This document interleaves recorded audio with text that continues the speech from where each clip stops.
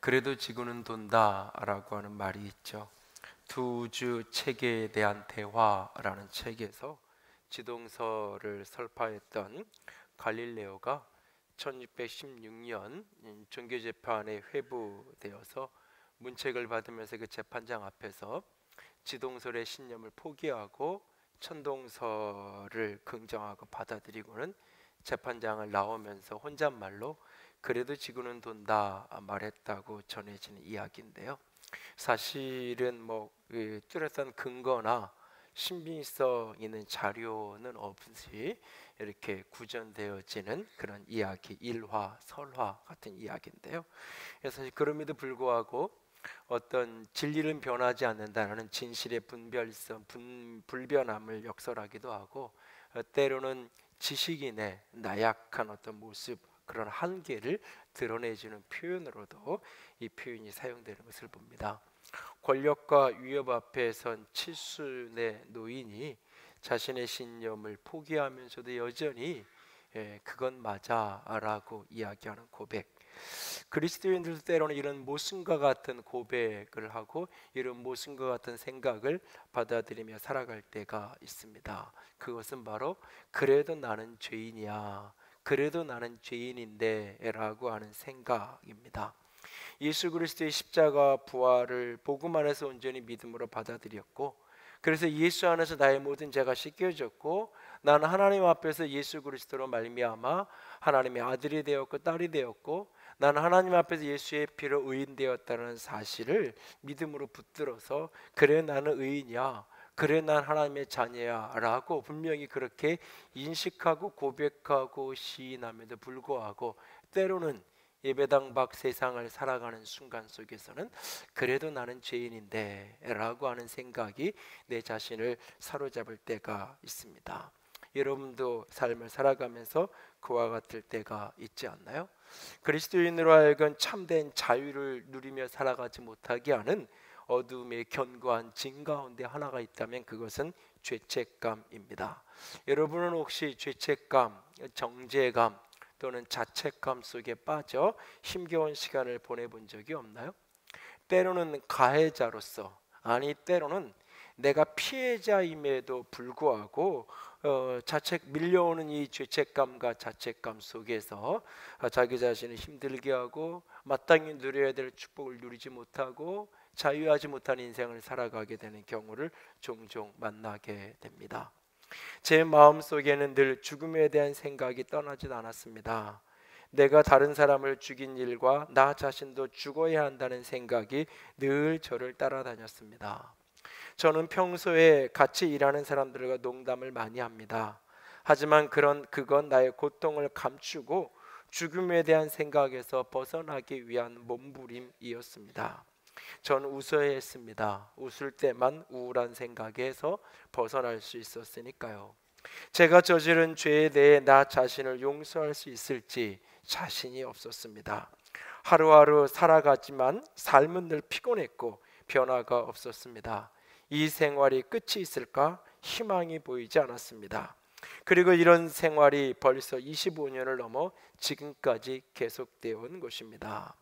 잃어버린 기술 용서라는 책에 실린 베트남전 참전 용사인 리차드 데이빗의 고백입니다. 내가 그때 병원을 조금만 빨리 데리고 왔었으면, 아니 그 수많은 병원들 가운데 이 병원이 아니라 다른 대학병원으로 갔다면 이렇게 허망하게 죽지 않았을 텐데, 아내를 수술 후유증으로 일천국에 먼저 보내고는 장례식 한켠에서 그렇게 가슴을 움키며 스스로를 자책하던 한 분이 떠오릅니다.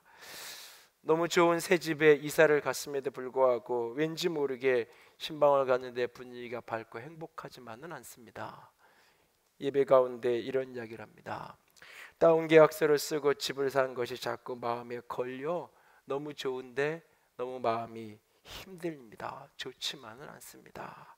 누구나 다 하는 일인데 자신을 위한 것보다는 상대방을 위해서 그렇게 한 건데, 말하지만 자기 스스로는 자기 자신을 용납하는 게 여전히 힘듭니다.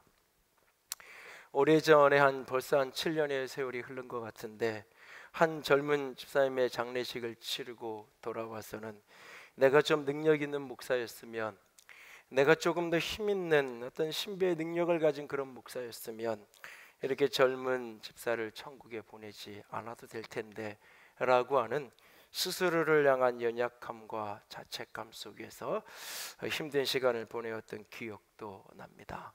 우리가 인생을 살아가다 보면 내가 가해자의 입장이기 때문에, 아니 때로는 가해자가 아니라 나는 피해자인데, 아니 나는 그 문제와의 가해와 피해 사이에 아무런 상관관계가 없는 그런 위치에 있음에도 불구하고 내 안에 죄책감이, 자책감이 심하게 밀려올 때가 있습니다. 특별히 그리스도인이라는 이름을 가졌기 때문에 내가 한 번 더 무엇인가를 했어야 되는데 라고 하는 그런 막연한 후회가 스스로를 자책하게 하고 나를 정죄하게 하고 스스로를 어두움에 가두게 하는 경우를 종종 만나게 됩니다. 그러면서 그래도 나는 내가 잘못했는데, 그래서 나는 죄인인데 하는 이 생각이 스스로를 가둡니다. 여러분 혹시 그럴 때가 있지 않았나요? 어떻게 하면 이 죄책감, 정죄감, 자책감으로부터 벗어나 진정 자유한 인생을 살아갈 수 있을까요? 첫 번째로 죄책감의 배후를 분별하는 일에서부터 시작해야 합니다.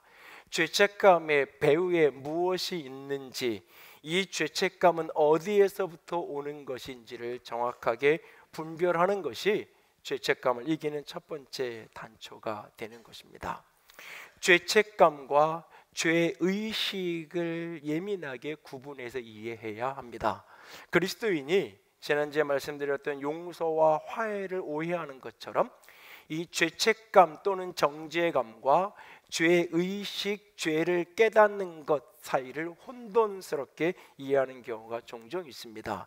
죄의식, 죄를 깨닫는다는 것은 내 자신의 모습을, 내 삶의 모습을, 내 모습을 말씀의 거울에, 하나님의 빛의 거울에 비추어서 내 자신을 보는 것입니다. 그래서 그 죄가 깨달아지고 알아지는 것입니다. 그렇게 죄가 깨달아지고 알아지는 깊이만큼 하나님께로 가게 되고, 그 깊이만큼 십자가가 내게 깊이 들어오게 되는 것이 죄의식입니다. 그래서 죄를 의식하게 되는 것은 성령으로부터 오는 일입니다. 그러나 죄책감이라는 것은 뭐냐? 죄를 깨닫고 의식하고 인식하는 것으로 끝나는 것이 아니라 그 죄에 대한 심판권을 내가 갖는 것입니다. 그래서 내가 누군가를 정죄한다라고 하는 것은 저 사람이 이런 잘못을 했어라고 내가 인식하는 것을 말하는 게 아니라, 다른 사람의 죄가 눈에 보고 알아지는 것을 말하는 것이 아니라, 그러니까 너는 나빠라고 내가 그 사람에게 벌을 주는 거예요. 내 수준의 벌을 주는 거예요. 그게 때로는 욕을 하기도 하고, 그 사람은 다시는 안 보기도 하고, 내 스스로의 판단 기준으로 그 사람을 벌 주는 게 누군가를 정죄하는 거예요. 그런 것처럼 자기 자신을 정죄하고 자기 자신을 죄책감의 수렁 속에 밀어넣는 것은 이 죄에 대한 심판권을 내가 갖는 것입니다. 그래서 자기 자신을 스스로 벌주고 스스로 자기 자신을 심판하는 것, 그것이 죄책감 또는 정죄감이라는 것입니다. 그래서 이 죄책감은, 정죄감은 모든 우리의 죄를 심판하시는 판단자인, 우리의 죄를 용서하시든지 벌주든지 그 재판권을 가진 하나님의 권위, 예수 그리스도에 대한 권위를 인정하지 않는, 무시하는 것이고, 나를 위해 십자가에 죽으시고 부활하신, 나의 속죄의 피를 흘리신 예수 그리스도의 보혈을 무력화하는 불신앙의 행위인 것입니다. 그래서 죄의식은 성령의 사역이라면 죄책감을 갖게 하는 것은 사단의 사역입니다. 오늘 함께 읽었던 요한계시록 12장 9절에서 11절을 보면, 특별히 9절 10절을 보면 사단의 정체를 정확하게 밝혀줍니다. 사단, 마귀, 옛뱀, 창세기 3장에 아담과 하와를 유혹했던 그 뱀, 큰 용이라는 이미지를 성경에 등장하는 그 사단의 실체를 뭐라고 이야기하냐면 9절에서는 온 천하를 꿰는 자, 온 천하 수많은 사람들을 유혹하고 미혹해서 죄에 빠지도록 꾀는 자라고 말하고 있고, 바로 뒤에 10절에 가면 그를 온 천하를 꾀는 것으로 유혹하는 것으로 끝나지 않고, 유혹을 한 다음에 그 죄에 빠지고 나면 그를 참소하는, 그를 손가락질하는, 정죄하는, 비난하는, 저주하는, 죄책감에 갇히도록 만드는 자, 그가 바로 사단이라고 마귀라고 이야기하고 있어요. 마귀의 정체성은 우리를 하여금 죄를 짓게 만들고, 죄를 지은 다음에는 아무리 하나님이 그리스도가 나를 용서했다고 해도 그 용서를 받아들이는 것이 아니라 끊임없이 나를 향하여 손가락질하면서 너는 죄인이야, 이런 잘못을 했잖아 라고 하면서 정죄감과 죄책감으로 우리를 끊임없이 고소하고 참소하는, 그래서 정죄감의 어두움 속에 스스로를 가두게 만드는 존재, 그가 바로 사탄입니다. 그래서 죄를 깨닫고 돌이키게 하는 것은 성령의 역사이지만, 죄가 깨달아져서 스스로를 벌주어서 그 정죄의 감정, 죄를 지은 죄책감의 감정, 그것이 때로는 근심이 되기도 하고, 그것이 때로는 형벌받을 에 대한 두려움으로 발전하기도 하고, 그 어두움 속에 스스로를 가두게 하는 것, 이것은 사단으로부터 오는 것입니다. 잠언 28장 17절을 보면 죄책감에 빠져있는 한 사람의 모습을 아주 잘 묘사합니다. 이 부분은 현대인의 성경 번역으로 같이 읽습니다. 살인범은 사람을 죽였다는 죄책감 때문에 죽을 때까지 도망자의 신세가 될 것이다. 그런 자를 돌보지 말아라. 내가 누군가를 죽였다는 그 죄책감에 평생 도망자로 살아가게 된다라고 우리에게 말하고 있어요. 이게 바로 지난주에도 보았고 그 전에도 몇 주 계속 보았던 요셉의 이야기 속에 등장하는 요셉의 형들의 모습이잖아요. 창세기 50장을 보면 요셉의 그 아버지, 형제들의 아버지인 야곱이 죽고 나서 요셉의 형들이 아버지의 유언을 조작하잖아요. 유언을 조작하는데 상속재산이 많아서 그것을 뭐 이렇게 좀 뺏어가려고 조작하는 게 아니라, 아버지가 너 우리 용서하라고 했어 라고 아버지의 유언을 위조해서 동생에게 가서 이야기하잖아요. 그럴 때 그들의 마음속에 무슨 생각을 하냐면, 혹시 요셉이 우리를 미워하여 우리가 그에게 행한 모든 악을 갚지 아니할까 걱정된다, 두렵다. 그래서 가서 아버지가 너 우리들 용서하라고 이야기했어, 그러니까 너 우리 용서해 라고 조작된 유언으로 찾아가서 요셉 앞에 엎드려서 용서를 구하는 장면을 보게 됩니다. 그 순간 그 용서를 구하는 형제들을 보면서 요셉이 한없이 우는 장면이 창세기 50장 17절에 기록되어 있어요. 요셉은 왜 울었을까요? 그 사건이 있었던 것은 벌써 40년 전 일이에요. 그 사건에 대해서 요셉이 용서를 선포하고 요셉과 형들 사이에 뜨거운 눈물을 흘리면서 요셉의 용서를 전달받았고 화해가 이루어진 지 20여 년의 세월이 흘렀어요. 가해자는 이미 용서했고 다 해결했어요. 그런데 나는 나 자신을 용서할 수 없는 거예요. 남들은 다 용서한다고 이야기하는데, 남들은 다 그건 어쩔 수 없는 상황이었다고 이야기하는데, 어렸을 때 철없을 때 한 행동이니까 이제는 괜찮다라고 좀 마음 편하게 가지라고 남들은 다 이야기하는데, 나는 나 자신을 그들은 용서할 수 없는 거예요. 그래서 마음속에 늘 두려움과 불안 속에 안고 사는 거예요. 아버지가 아프다 그러면 아버지가 돌아가시는 게 염려가 돼서 마음이 힘든 게 아니라, 아버지가 저렇게 허망하게 돌아가시고 나면 요셉이 어느 날 우리에게 복수할 줄 모르는데, 그 두려움 속에 아버지를 병원에 모시고 가고 있는 그 모습이 형제들의 풍경이었어요. 그 이야기를 들으면서 요셉은 한없이 안타까워서 울어요. 또다시 내가 그렇게 화해의 뜨거운 눈물을 흘리고 분명히 용서한다고 다 선언하고 선포했음에도 불구하고 그것을 받아들이지 못하고 죄책감과 정죄감 속에 지난 수많은 날들을 괴로움 속에 살았을 형제들의 고통을 생각하니까 너무너무나 가슴이 아프고 마음이 아픈 거예요. 그래서 그 형제들을 바라보면서, 용서를 구하는 그들을 보면서 눈물을 흘리는 요셉의 모습, 어쩌면 이 모습이 하늘아버지의 모습일런지 몰라요.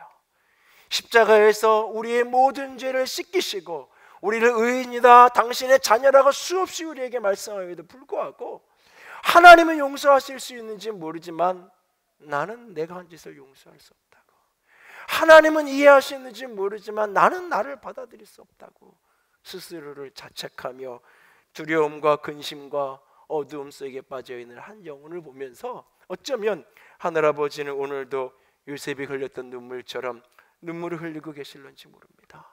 스스로를 자책하고 스스로를 죄책감 속에 가두어서 벌 주는 것, 그것은 하나님으로부터 오는 게 아닙니다. 그것은 사단이 나를 어두움에 가두는 것입니다. 특히 가해자가 아닌 피해자임에도 불구하고 스스로를 자책하게 만드는, 내가 그날 거기에 가지 않았다면 그 일을 당하지 않았을 텐데, 내가 그날 그 차에 내가 그를 태워보내지 않았다면 이런 일이 벌어지지 않았을 텐데, 나는 피해자임에도 끊임없이 자기 자신을 자책하며 살아가는 이들을 봅니다. 그것은 결코 하나님이 주시는 마음이 아닙니다. 성경에 다윗의 딸이요 압살롬의 누이였던 다말이라는 한 여인이 등장합니다.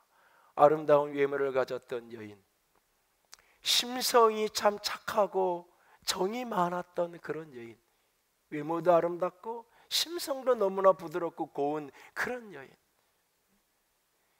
이복 오빠 암논이 그를 좋아해서 사랑이라는 이름으로 폭력으로 그를 짓밟습니다. 사랑이라는 이름하에 잔혹한 폭력에 짓밟혀진 그날, 너무너무나 고통스러웠던 그날, 그의 친오빠였던 압살롬은 동생에게 이렇게 이야기합니다. 사무엘하 13장 20절입니다. 같이 읽습니다. 그의 오라버니 압살롬이 그에게 이르되 내 오라버니 암논이 너와 함께 있었느냐? 그러나 그는 내 오라버니이니 누이야 지금은 잠잠히 있고 이것으로 말미암아 근심하지 말라 하니라. 이에 다말이 그의 오라버니 압살롬의 집에 있어 처량하게 지내니라. 여기서 압살롬은 그에게 근심하지 말라 그래요. 이 근심하지 말라는 의미는 여러 가지 해석이 가능해요. 아버지가 해결해 줄 거야. 그래도 오빠니까 그렇게 잘못은 했지만 그래도 이후에 결혼관계를 통해서 이 모든 일들을 수습할 거야. 이런 상황에 대한 긍정적인 의미도 담겨 있지만, 또 하나는 너 자책하지 마.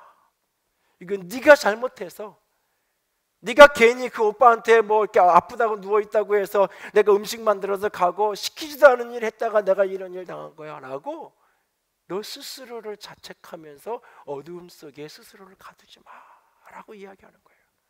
그러나 그녀는 그 오라버니 압살롬의 집에서 처량하게 있었다라고 말하고 있어요. 그 피해자의 고통 속에 스스로를 끊임없이 가두면서 그 속에 죄책감과 자책감과 후회 속에 절망의 나락으로 떨어져 가고 있는 모습을 보게 됩니다. 그리고 그 모습을 바라보고 있었던 압살롬은 분노를 주체할 수 없는 거예요. 그래서 결국 암논을 죽이고 결국 이 모든 일들을 제대로 수습하지 않은 아버지 다윗을 향하여 반역의 칼을 빼드는 모습으로 비극적인 사건의 단초가 되는 장면을 우리는 성경 속에서 만나요. 오늘 특별히 그리스도인들이 세상을 착하게 살아야 되고 선하게 살아야 되고 내가 좀 참아야 되고 내가 좀 희생해야 되고, 이 의식이 하나님보다 더 앞서서 내가 분명히 피해자임에도 불구하고 스스로를 자책하고 스스로를 어두움 속에 가두지 않기를 원합니다. 죄책감에 정죄감에 배후를 분명하게 분별하십시오. 죄책감은 사단으로부터 오는 것입니다. 두 번째로 회개로 깨끗함을 나타내어야 합니다. 죄책감의 묶임에서 자유를 하려면 회개를 통해 깨끗함을 드러내야 됩니다. 죄책감은 사단으로부터 오는 잘못된 감정입니다. 그러나 죄의식은 성령으로부터 오는 것입니다. 죄를 깨닫게 하시는 것은 하나님께로부터 오는 거예요. 하나님은 죄책감에서부터 자유하라고 하셨고 정죄감에로부터 자유하라고 하셨지 죄를 담대하게 지으라고 말하지 않았어요. 너를 참소하는 사단의 소리에 대해서 담대하게 나는 하나님이 용서하셨고 하나님의 의인이 되었어, 하나님의 자녀가 되었더라고 담대하고 선포라고 말씀하셨지 대범하게 죄를 지으며 살아가라고 말하진 않았어요. 그래서 죄책감은 사단으로부터 오는 거지만 죄의식은, 죄를 깨닫게 하시는 것은 성령의 음성이에요. 하나님께 가까이 가면 가까이 갈수록 빛 가운데 가까이 갈수록 그 빛 앞에 비춰진 내 모습이 보여지게 돼 있어요. 그 내 모습이 보일 때 죄책감으로 가는 것이 아니라 정죄하는 것이 아니라 스스로 자기 자신을 벌 주는 게 아니라 내 죄가 보일 때 그 죄를 있는 모습 그대로 주님께로 가져가는 것, 있는 모습 그대로 빛 가운데 가지고 가는 것, 있는 모습 그대로 고백하고 빛 가운데로 가지고 나아가는 것, 그것이 바로 회개예요. 그 빛 가운데를 가지고 나아가는 그 모습 속에 심령의 고통이 있고 자기 죄에 대한 안타까운 눈물이 있고, 이런 나를 여전히 사랑하시는 하나님에 대한 십자가에 대한 감사의 눈물이 있는 그 고백, 죄를 정직하게 깨달은 사람은 그래서 눈물이 있는 거예요. 자기 죄에 대한 아픔의 눈물이 있고, 이런 나를 사랑하시는 십자가의 은혜에 대한 눈물이 있는 거예요. 고린도후서에 보면 바울이 고린도 교회를 이렇게 야단치고 책망하고 고린도 교회의 죄를 드러낸 것 때문에 염려했던 이야기가 등장을 해요. 오늘날 현대 교회에 많은 어느 교회 이런 문제가 있대더라, 이런 이야기들이 떠돌아다녀요. 사실은 근데 별로 놀랄 일 아니에요. 왜? 고린도전서에 보면 거기에 다 있는 이야기예요. 고린도전서 안에 현대교회에서 이루어지는 모든 교회의 문제가 고린도전서 안에 다 있어요. 사실은 그 모습을 아주 냉정하게 바울이 책망하면서 그걸 다 드러내면서 야단쳐요. 그래 놓고는 마음 한켠에서 괜히 너무 적나라하게 드러냈나? 내가 너무 심하게 고린도 교회 성도들을 야단쳤나? 마음 한켠에 걸리는 부담이 있어요. 사실은. 그런데 너무너무 감사해요. 너무너무 내가 그렇게 한 것 때문에 오히려 내가 기뻐한다고 이야기해요. 왜냐하면 그들이 듣고 자신의 모습을 듣고, 그래 우리는 이것밖에 안 돼, 우리가 뭘 하겠어, 이렇게 죄책감과 정죄감으로 스스로를 가두는 게 아니라 그들이 돌이켜서 회개해서 그 자기의 죄를 보는 그 모습에서 돌이켜서 변화의 모습으로 나아가는 그런 모습, 그것을 고린도후서 7장에서는 회개에 이르게 하는 근심이라고 말하고 있는 거예요. 고린도후서 7장 10절과 11절이 그 이야기예요. 같이 읽습니다. 10절 11절.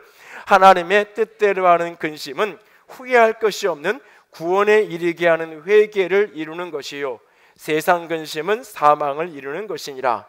보라, 하나님의 뜻대로 하게 된 이 근심이 너희를 얼마나 간절하게 하며 얼마나 변증하게 하며 얼마나 분하게 하며 얼마나 두렵게 하며 얼마나 사모하게 하며 얼마나 열심 있게 하며 얼마나 벌하게 하였는가. 너희가 그 일에 대하 일체 너희 자신의 깨끗함을 나타내었느니라 라고 말하고 있어요. 구약에 대비되는 두 인물이 떠오릅니다. 사울과 다윗. 두 사람은 다 잘못했어요. 두 사람에게는 각각 사무엘과 나단 선지자가 찾아와서 그들의 죄를 지적하고 드러내고 있어요. 한 사람은 드러난 죄 앞에 자기 죄를 정직하게 고백하기보다는 변명하며 책임 전가하며 나아갑니다. 한 사람은 자기 죄를 단순하게 인정하고 돌이키고 회개합니다.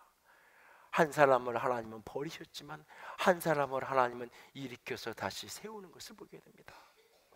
사무엘하 15장에 보면 사무엘이 사울을 찾아와서 책망하는 그날에 사울은 사무엘을 향하여서 내가 범죄했습니다. 내가 범죄했습니다. 그런데 내가 하나님 말씀 안 듣고 내가 선지자 말 안 들은 이유는 뭐냐면 저 백성들을 두려워서 그렇습니다. 당신도 이 백성들이 얼마나 완악하고 그런 질 나쁜 백성인지 알잖아요. 저 백성들 때문에 내가 두려워서 이렇게 했습니다. 자기 범죄를 인정하는 것 같으나 돌이키지 않습니다. 책임 전가로 책임을 회피합니다. 그러면서 이런 백성들의 지도자로 살아가야 되는 자기 자신이 그냥 한없이 불쌍한 자기 연민을 드러냅니다. 오히려 그러면서 나를 좀 용서해 달라고, 날 좀 봐달라고 사정합니다. 그러나 다윗은 나단 선지자가 그의 죄를 지적할 때 사무엘하 12장에 보면 다윗이 나단에게 이르되 내가 여호와께 죄를 범하였나이다. 아주 단순해요. 어떤 변명도 없고 어떤 책임 전가도 없고 어떤 자기 연면도 자기 전개도 없어요. 내가 여호와께 죄를 범하였나이다.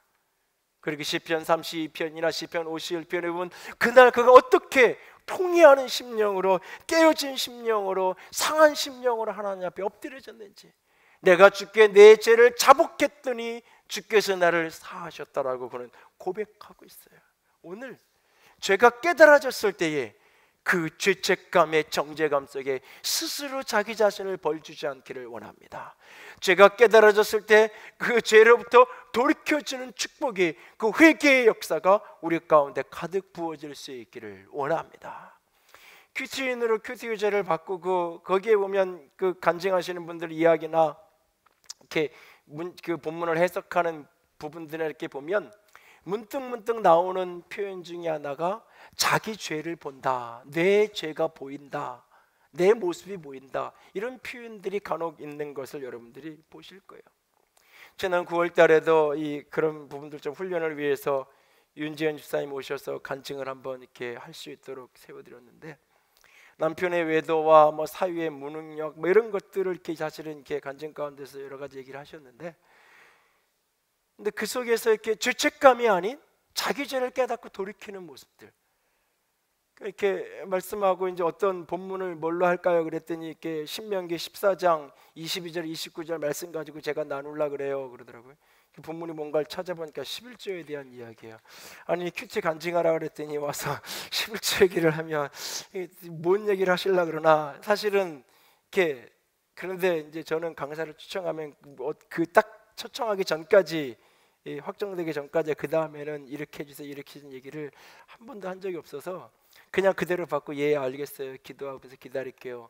그런데 오셔서 이런저런 얘기를 하면서 그 물질의 관계 속에서 자신이 하나님 앞에서 온전하지 못했던, 남편이 외도를 하고 아이 사위가 무는 이런 문제 속에서 스스로를 자책하는 게 아니라 그 말씀을 묵상하면서 그 속에서 내가 보이고 내가 고쳐야 될 것을 고쳐가는, 내가 자기 자신을 고쳐가는, 죄책감과 정죄감 속에 원망하고 비난하는 것이 아니라, 자기 학대라는 것이 아니라 내 모습을 보여지는 만큼 자신을 고쳐가는 모습.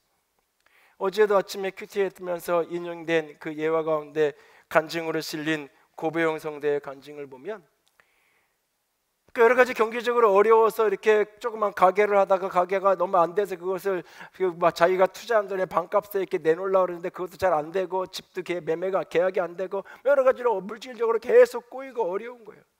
모든 것이 무산되고 어려우니까 자기도 모르게 자꾸 원망이 터져 나오는 거예요. 그때의 말씀을 묵상하면서 이렇게 깨달았다고 고백하죠. 하지만 제 깊은 중심에는 계속된 물질 고난으로 어느덧 안정된 삶이 우상으로 자리 잡은 것 같습니다. 주의 구원을 사랑하고 하나님의 위대하심을 증거하는 삶으로 나아가야 하는데, 빨리 고난이 끝나기만을 바라기에 제 뜻대로 일이 풀리지 않자 주님을 원망했습니다. 풀리지 않는 일들 속에서 말씀을 묵상하다가 내가 보이는 거예요. 이 안정된 삶이라는 게 내 안에 또 다른 우상이 되어져 가고 있구나. 그래서 빨리빨리 내가 원하는 스케줄대로 이게 해결이 돼, 그렇게 안 되니까 내가 원망하고, 극기하는 내가 하나님까지 이렇게 원망하고 있구나. 자기 자신이 보이는 거예요. 큐티를 한다는 건 말씀 속에서 자신이 보이는 거예요.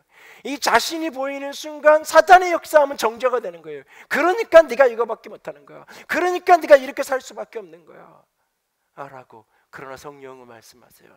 그 죄를 가지고 빛 가운데로 나아가라고. 공동체 가운데 고백하고 주님께를 가지고 나아가서 주님이 이런 나를 사랑하시는, 이런 나를 왜 십자가에 죽으시고 부활하시고 여전히 나를 사랑하신다고 하시는 그분의 은혜 앞에 서라고. 그래서 자기 죄 때문에 눈물을 흘리는 걸 넘어서서 나를 여전히 사랑하시는 그분 때문에 울게 되어지는, 십자가 앞에서 여전히 오늘도 눈물을 흘리게 되어지는 그 고백, 그 사랑, 그 은혜, 그것이 우리 속에 살아있기를 원합니다. 오늘 진정 우리가 죄책감으로부터 자유한 인생을 살아가기 원한다면, 죄가 깨달아질 때, 죄가 보여질 때 회개함으로 깨끗함을 드러내는 자가 되어야 하는 것입니다. 오늘 우리 가운데 아프지만, 때로는 괴롭지만 자기 죄가 보여지고 깨달아지는 축복이 있기를 원합니다. 그리고 그때마다, 자기 모습이 보여질 때마다 정죄감과 죄책감으로 내려가지 말고 빛 가운데로 십자가 앞으로 가지고 나아가서 회개에 돌이킴이 있는 저와 여러분이 될 수 있기를 원합니다. 그래서 세 번째로 죄책감의 참소를 단호하게 거절할 수 있어야 됩니다. 죄책감의 배후에는 사단이 있음을 내가 인식하고, 내가 죄가 깨달아질 때마다 그것은 내가 죄책감으로 가야 될 것이 아니라 내가 회개하고 돌이켜야 될 문제로 깨끗함을 드러내야 될 주의 말씀으로 받아서 내가 돌이켜지면 되는 거예요. 그럼에도 불구하고 끊임없이 사단은 나를 정죄한다면, 그럼에도 불구하고 끊임없이 내 안에 죄책감과 정죄감이 든다면 그것은 스스로 거절해야 돼요. 단호하게 거절해야 돼요. 누구도 나를 고발할 수 없고 누구도 나를 정죄할 수 없다고 단호하게 외칠 수 있어야 돼요. 로마서 7장에서 사도 바울은 한없이 자기 자신의 모습이 부끄러운 모습이 보여집니다. 원하는 대로 살지 못하는 내 모습, 내가 원하는 것은 선이요, 내가 원하는 것은 하나님께 기뻐하는 것임에도 불구하고 내 사는 모습은 악이요, 죄요, 어둠인 내 모습. 나는 하나님을 따라 빛 가운데 살아가고 싶은데 나는 오늘 죄의 종이 되어서 어두움에 끌려가고 있는 실패자요, 패배자로 살아가고 있는 자기 모습이 보여요. 이 로마서 7장에서 고백하는 바울의 이 고백이 너무나 직설적이고 너무나 솔직해서 어떤 성경학자들은 이건 바울의 고백이 아니다, 이건 예수 믿고 나서의 고백이 아니다, 예수 믿기 전의 고백이다. 바울이 예수 믿기 전에 느꼈던 죄에 대한 갈등을 이야기하는 것이지 이거는 예수 믿은 다음에 하는 이야기가 아니다.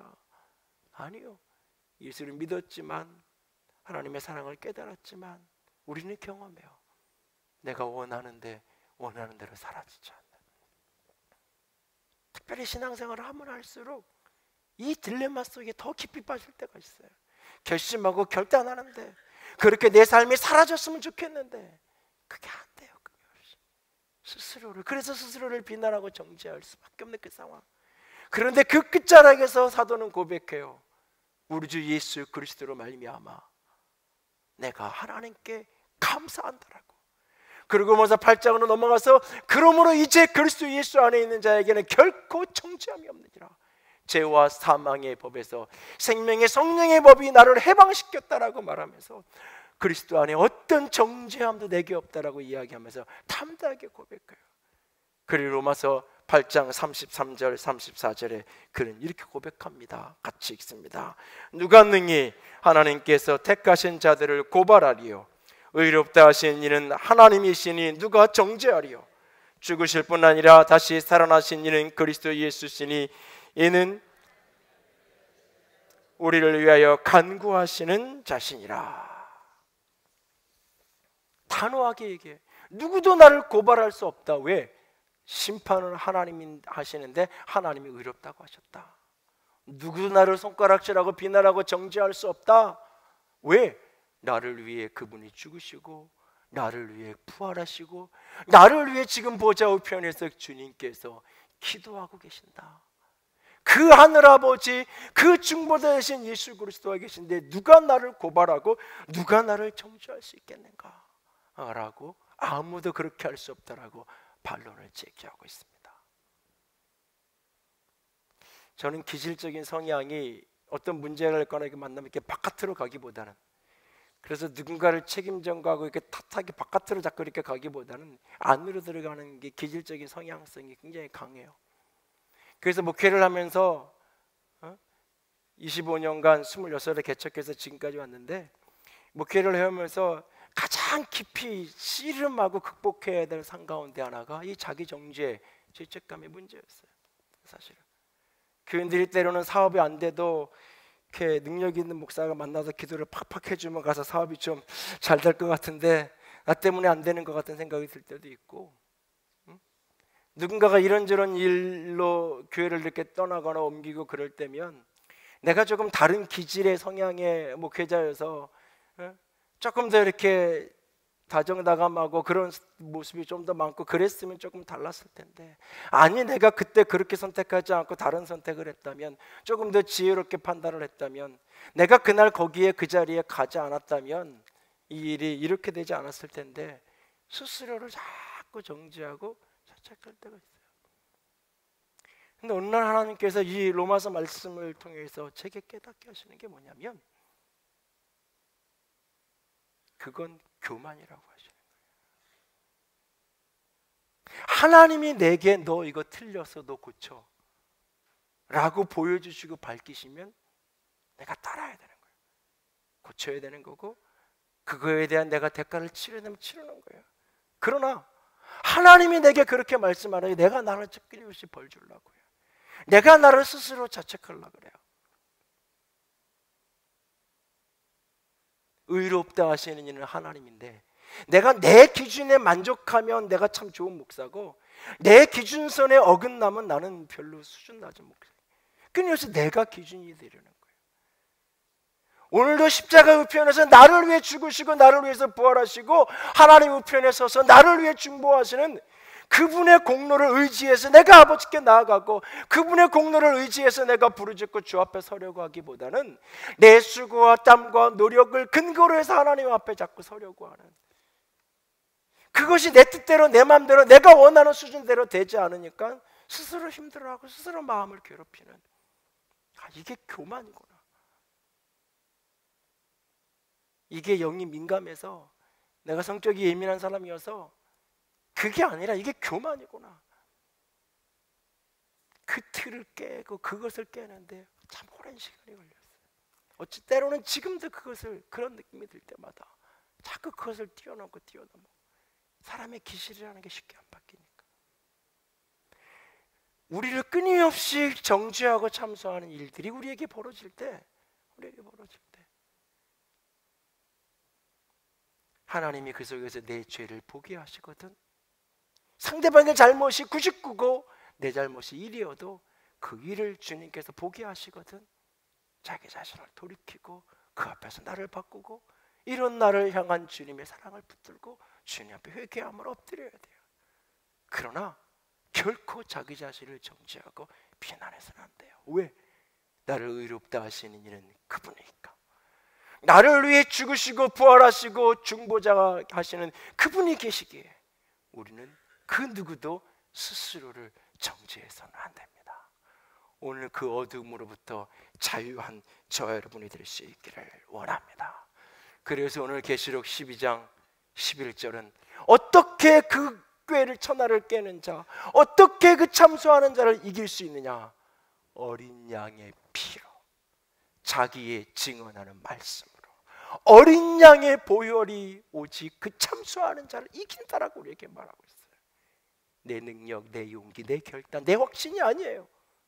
어린 양 예수 그리스도의 피를 붙드는 믿음, 그의 공로를 전적으로 신뢰하는 신뢰, 그것으로 오늘도 죄책감과 정죄감으로부터 자유한 승리자로 살아가는 저와 여러분이 될 수 있기를 주님의 이름으로 부탁을 드립니다.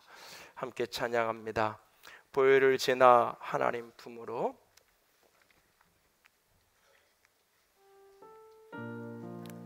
그리스도의 보혈로 내 영혼 육을 덮어 주시옵소서 소망하면서 함께 찬양합니다. 보혈을 지나 하나님 품으로, 보혈을 지나 아버지 품으로, 보혈을 지나 하나님 품으로 한 걸음씩 나가네. 보혈을 지나 하나님 품으로 지나 하나님 품으로, 보혈을 지나 아버지 품으로, 보혈을 지나 하나님 품으로 한 걸음씩 나가네. 존귀한 주 보혈이, 주 보혈이 내 영을 새롭게 하시네. 존귀한 주 보혈이 내 영을 새롭게 하네. 이 시간 함께 기도합니다.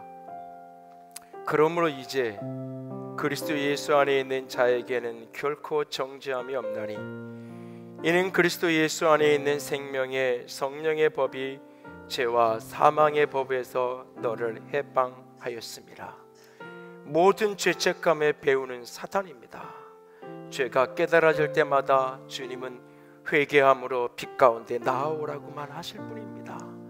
그리고 빛 가운데 나아갈 때 그 보혈이 나를 덮고 나를 정결케 할 것입니다. 하나님, 어떤 죄책감으로부터도 내가 묶이지 않기를 결단합니다. 오직 죄가 깨달아질 때마다 돌이켜지는 회개의 영이 있게 하여 주시옵소서. 오늘 주도한 주의 성찬을 먹고 나누면서 아버지 하나님 그리스도의 보혈의 능력이 내 안에서 가득 채워지기를 원합니다. 함께 기도합니다. 사랑의 하나님, 영광의 하나님, 내가 주님만을 바라보기 원합니다. 아버지의 빛으로, 아버지의 생명으로 가득 덮여지기를 원합니다. 아버지의 빛으로 덮으시옵소서. 아버지의 생명으로 덮으시옵소서. 아버지의 사랑으로, 영광으로, 온전함으로 가득 아버지께서 덮어주시기를 원합니다. 아버지 하나님, 빛 가운데 덮어주시옵소서. 생명으로 덮어주시고 은혜로 덮어주시고 거룩함으로 주님께서 우리를 새롭게 하여 주시옵소서. 아버지의 능력으로 덮으시기를 원합니다. 주님 사로잡아 주시옵소서. 영광의 하나님, 사랑의 하나님, 우리를 온전케 하시는 주님만을 바라보기 원합니다. 십자가의 보혈의 능력 가운데 온전히 사로잡히게 하시고 아버지의 영광과 아버지의 사랑과 아버지의 생명 가운데 참된 자유한 자로 살아갈 수 있도록 주님 우리를 붙들어 주시옵소서. 아버지 거룩한 빛으로 덮어 주시옵소서. 이것은 너희를 위하여 행하는 나의 언약의 피라고 너희를 위해 주는 내 몸이라고 말씀하신 주의 말씀을 붙들고 떡과 잔을 먹고 마시며 그리스도의 보혈의 공로 앞에 다시 한번 나아가기를 원합니다. 당신의 영광으로 이 시간 가득 기름 부어 주시옵소서. 주님 사랑합니다. 주님 의지합니다. 우리 주님 예수님 이름으로 기도드렸습니다. 아멘. 고린도전서 12장 12절에 23절 29절 말씀입니다. 내가 너희에게 전한 것은 주께 받은 것이니 곧 주 예수께서 잡히시던 밤에 떡을 가지사 축사하시고 떼어 이르시되 이것은 너희를 위하는 내 몸이니 이것을 행하여 나를 기념하라 하시고 19회 또한 그와 같이 잔을 가지시고 이르시되 이 잔은 내 피로 세운 새 언약이니 이것을 행하여 마실 때마다 나를 기념하라 하셨으니 너희가 이 떡을 먹으며 이 잔을 마실 때마다 주의 죽으심을 그가 오실 때까지 전하는 것이니라. 그러므로 누구든지 주의 떡이나 잔을 합당하지 않게 먹고 마시는 자는 주의 몸과 피에 대하여 죄를 짓는 것이니라. 사람이 자기를 살피고 그 후에야 이 떡을 먹고 이 잔을 마실지니 주의 몸을 분별하지 못하고 먹고 마시는 자는 자기의 죄를 먹고 마시는 것이니라. 아멘. 성찬식은 그리스도의 죽으심과 부활을 기념하고 기억하며 그의 몸과 피를 떡과 잔을 통해 먹고 마시며 주님 앞에 나아가는 시간입니다. 오늘 세례받고 믿음의 고백을 하신 분들 성찬을 받으시면 되겠고요. 그렇지 않으신 분들도 함께 기도함으로 동참해 주시기 원합니다. 먼저 분비용을 하도록 하겠습니다.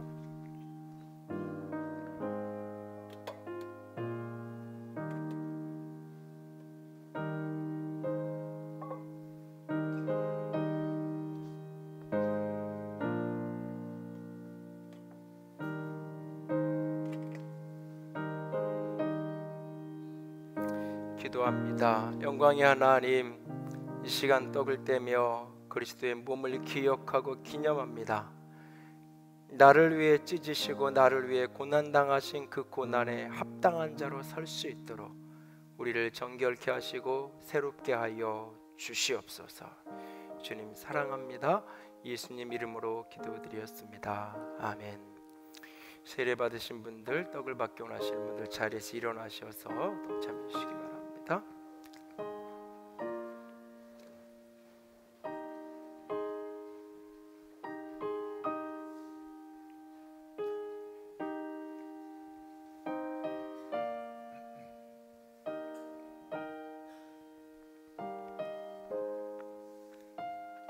이것은 너희를 위하는 내 몸이니 이것을 행하여 나를 기념하라 하시고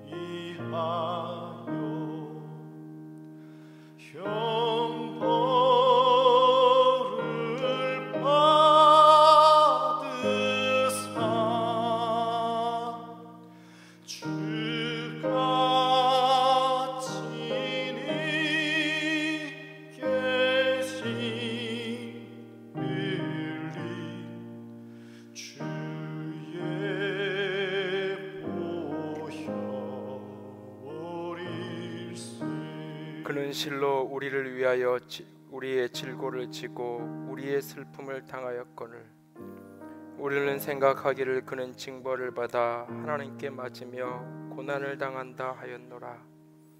그가 찔림은 우리의 허물 때문이요 그가 상함은 우리의 죄악 때문이라.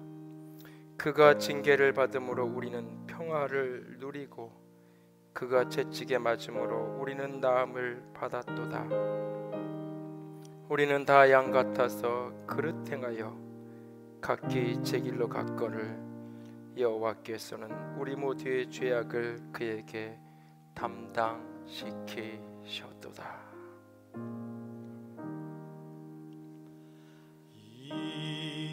이는 주가 지금 나에게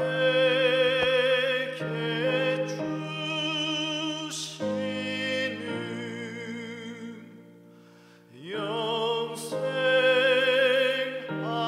영생하는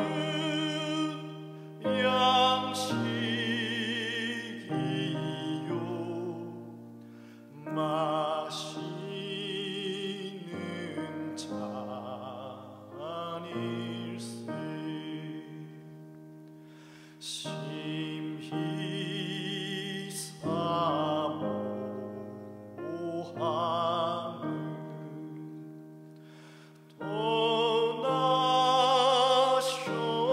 떠나셨던 주님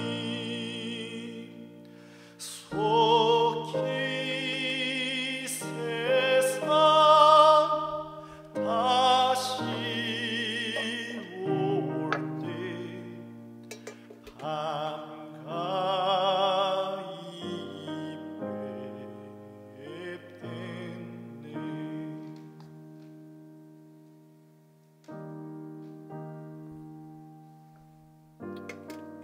혹시 떡을 받지 못하신 분 계신가요? 이 시간에 분잔하도록 하겠습니다.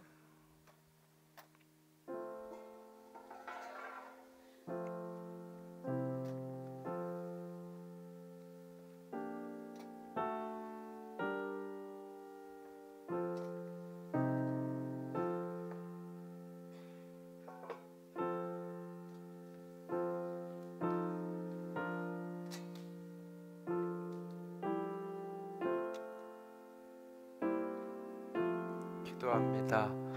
영광의 하나님, 그리스도의 피가 내 영혼육을 덮을 수 있게 원합니다. 내 모든 어둠의 생각이 끊어지고 하나님의 자녀요 하나님의 백성이 의인된 십자가의 능력이 내 생각과 육체에 온전히 덮여지게 하여 주시옵소서. 주님 사랑합니다. 예수님 이름으로 기도드렸습니다. 아멘.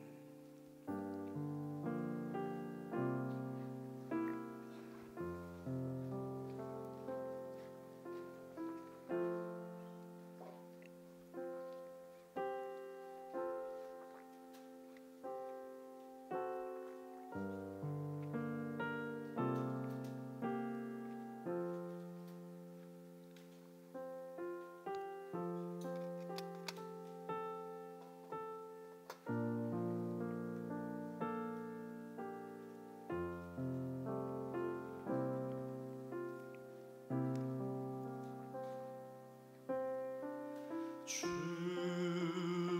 달려 죽은 십자가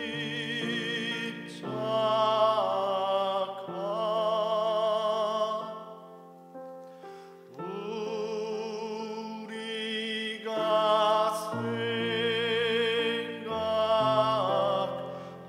생각할 때에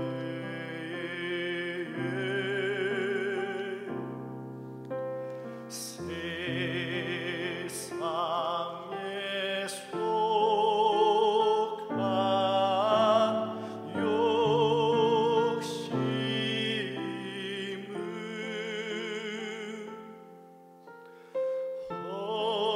헛된 줄 알고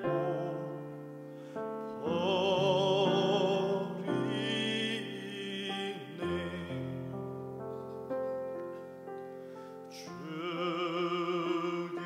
죽으신 구주 앞에는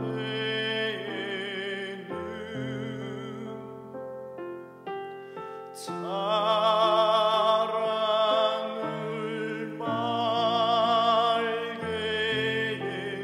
하소서.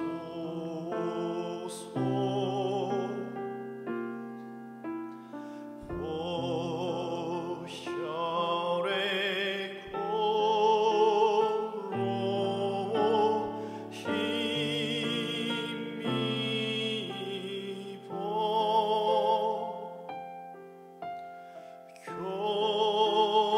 교만한 마음을 버리네.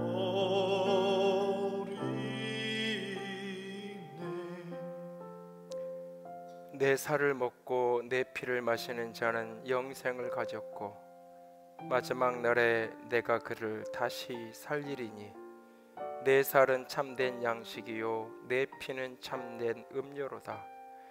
내 살을 먹고 내 피를 마시는 자는 내 안에 거하고 나도 그의 안에 거하나니 살아가신 아버지께서 나를 보내심에 내가 아버지로 말미암아 사는 것 같이 나를 먹는 그 사람도 나로 말미암아 살리라. 이것은 하늘에서 내려온 떡이니 조상들이 먹고도 죽은 그것과 같지 아니하여 이 떡을 먹는 자는 영원히 살리라.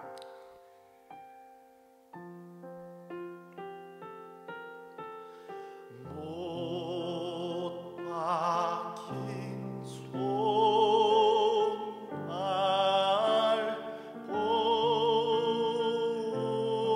보니 큰 잡이 나타나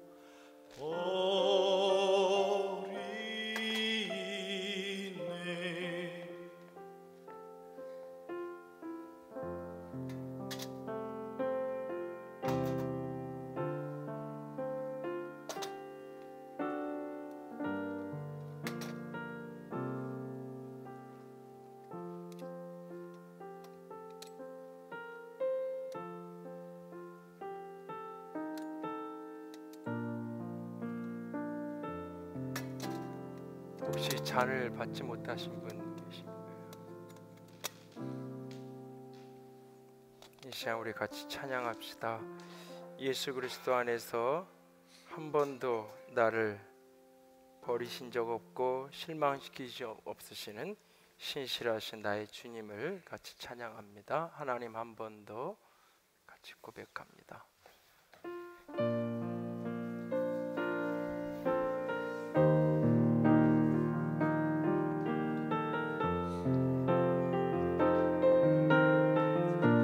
하나님 한 번도 나를 하나님 한 번도 나를 실망시킨 적 없으시네요.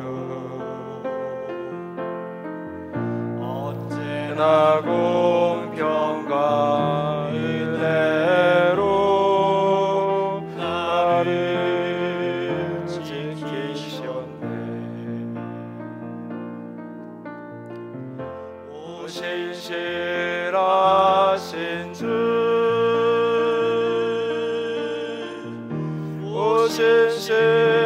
신실하신 주, 내 너를 떠나지도 않으리라. 내 너를 버리지도 않으리라. 약속하셨던 주님,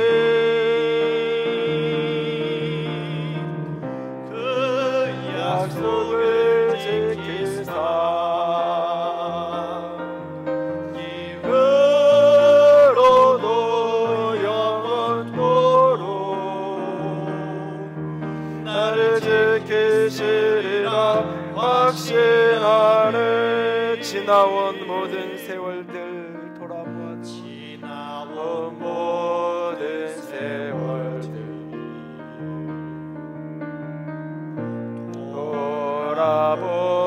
돌아보아도 그 어느 것 하나 주의 손길 안 미친 것 전혀 없네.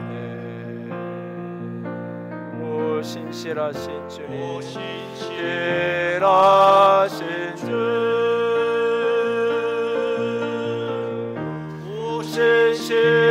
신실하신 주,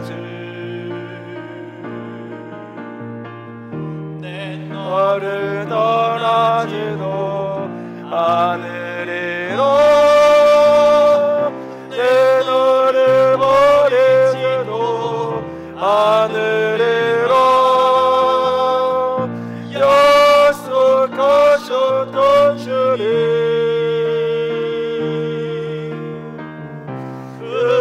약속을 지키사 이후로도 영원토록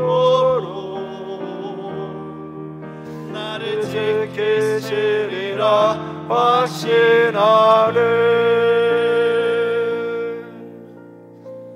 예 주님, 십자가만큼 나를 사랑하시고 십자가로 나에게 내가 너와 함께 하겠다라고 약속하신 주님,